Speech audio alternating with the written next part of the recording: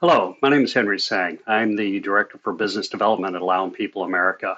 And today we're here to show you an over-the-shoulder session where we're going to use our AI machine vision tools to actually do an application. So let me just dive right into it. So LAON People is a vertically integrated company. We started with doing traditional image processing and building our own cameras, all the way through building with AI tools about 5 years ago, and then creating a variety of solutions. At this conference, we're even talking about our AI traffic solution and our automobile surface test. But today, we're primarily going to be talking about our machine vision tools.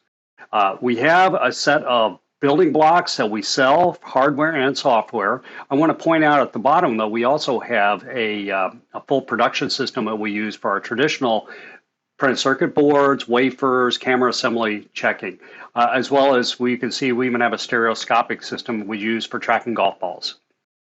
The tools that we have fall into four categories. One is the generalized AI trainer, does synthetic images, and allows you to export to OpenVINO and TensorRT. Three specific applications were built: Mercury to do classification, Venus to do multi-object type of detection and positioning, and the Mars system is what I'm going to be showing you to do defects.